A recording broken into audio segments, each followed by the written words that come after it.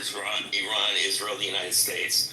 A lot of really stupid argument about how much, it's sort of like big dick swinging about how much damage the United States attack did, which is, it really is quite irrelevant. The fact of the matter is Trump could have said, "Hey, look, we've been threatening to bomb your nuclear, your nuclear facilities. All presidents have been threatening this for years, and we finally did it. We caused damage, and if you don't do it again, we'll come back again." And that's all he had to say. That's all he had to say, and that would have been fine as long as he doesn't do anything more.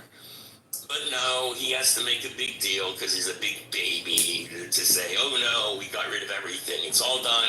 He just can't help from lying. Well, but anyway, let's talk about the Iranians because exactly. I want to find out, what Perusian has been thinking, how the Iranians have been. What their attitudes have been in terms of supporting the current government, or whether they see this as an opportunity. Nope.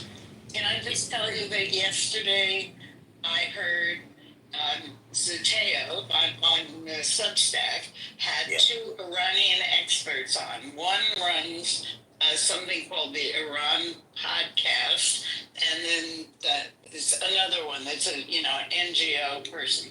They basically said that this invasion and this bombing had forced the people back behind the regime, and that whereas people used to complain about the regime and want their freedom, they are now backing it because they have patriotism. They love their country.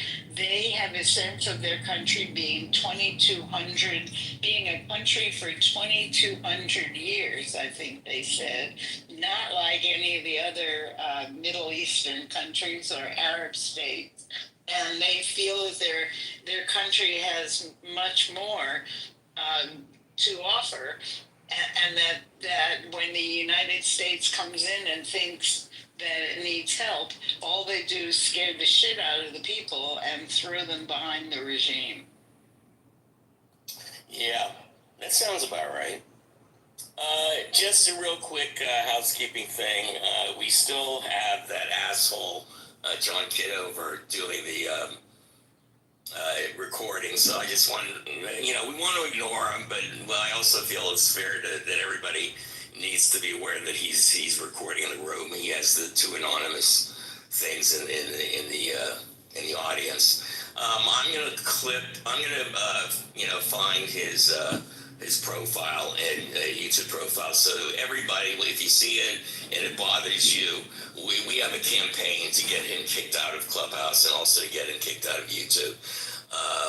So we'll continue to do that. We're finding more and more. I've been getting a lot of back information about him personally, where he lives, his phone number. We have a lot of information about him. We're contacting the Illinois Republican Party, and also I've been in contact with some of the people he's running against to get out this information.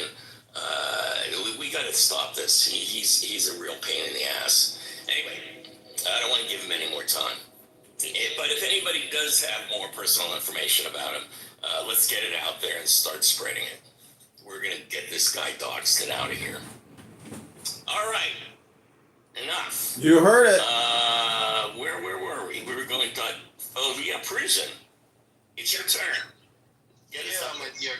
Hello, my dear Ben, dear Dr. Francine, dear Barbara, David, Marshall, Rick, all the listeners. Nice to be again with you.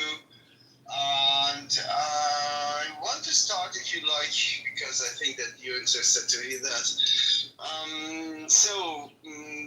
Maybe 2 or 3 days after the ceasefire between Iran and Israel, we are, of course, as you have heard, listening or hearing different narratives.